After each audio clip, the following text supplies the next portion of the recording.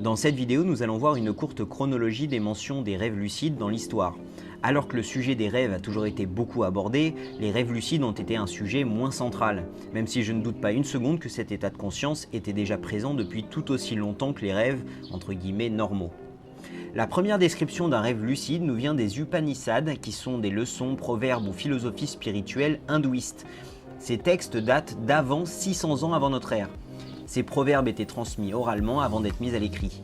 Nous pouvons y trouver la citation suivante. « S'étant fait retirer par le sommeil tout ce qui appartenait à son corps, celui qui ne dort pas porte son attention à ses sens dans son rêve. » Du côté occidental, Aristote, qui a vécu au IIIe siècle avant Jésus-Christ, écrit le passage suivant dans son traité sur les rêves. « Car souvent quand on dort, il y a des choses dans l'âme qui nous dit que ce que nous voyons n'est qu'un rêve. Au contraire, si on ne sait pas qu'on dort, rien alors ne contredit l'imagination. » Ce passage nous montre bien qu'Aristote avait fait l'expérience de la lucidité dans un rêve. Quelques centaines d'années plus tard, en 415 après Jésus-Christ, nous pouvons trouver les notes d'un rêve lucide fait par un patient de saint Augustin d'Hippone, un Romain nommé Génadius. Génadius rencontra un personnage dans son rêve qu'il avait déjà rencontré dans le rêve de la nuit précédente. Ce personnage lui fit comprendre qu'il était en train de rêver et que son corps était étendu endormi, les yeux clos. Ce personnage lui posa ensuite la question « Si vos yeux sont fermés, avec quels yeux pouvez-vous me voir alors ?» Il continua en lui expliquant que ça sera la même chose après sa mort. Vers le 8e siècle de notre ère, les bouddhistes tibétains développèrent le yoga des rêves, une technique visant à rester conscient pendant les rêves. C'est la première fois que dans les écrits, l'état de rêve est décrit comme étant la création du rêveur. Et la plupart des gens aujourd'hui partagent toujours cette même vision des choses.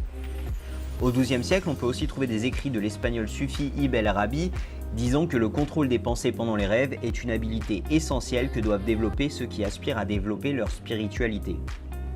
Plus tard, vers le XVe siècle en Occident, la culture judéo-chrétienne freine la recherche sur les rêves. Saint Thomas d'Aquin suggère qu'alors que certaines formes de rêves peuvent mener à de hautes vérités, certaines autres ne sont que le fruit du démon. Il semble cependant être au courant des rêves lucides. Il écrit lui-même dans ses lettres le passage suivant.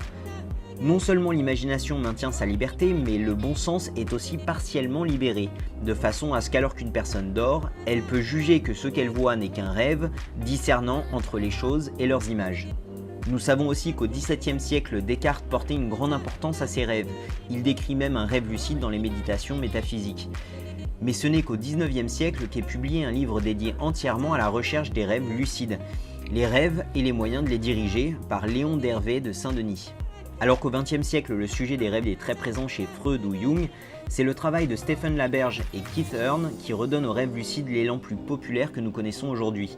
Stephen Laberge et Keith Earne arrivent à prouver scientifiquement l'existence des rêves lucides et poussent leurs recherches pour développer de plus en plus de techniques efficaces pour atteindre cet état de conscience modifié. Nous pouvons donc voir que le sujet des rêves lucides n'a rien de nouveau, c'est une chose connue des êtres humains depuis bien longtemps, même si ce n'est que récemment que la chose a été prouvée scientifiquement.